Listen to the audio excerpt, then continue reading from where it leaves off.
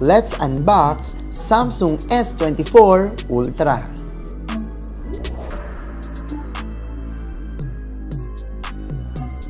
So this is the Samsung Galaxy S24 Ultra box. Sa totoo lang, ang premium ng design nako, box pa lang. And let's now see kung ano yung mga accessories na nasa loob nito. Ayan, kung makikita natin, meron siyang manual.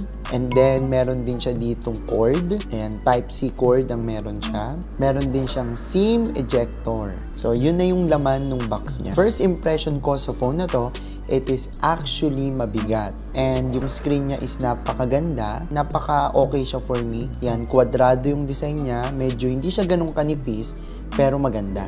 And guys, meron din siyang stylus pen. Oh, diba? Panalo tong phone na to. Now, let's discuss kung ano ba mga features ng phone na to on our next video. See you there, mga ka-gadget!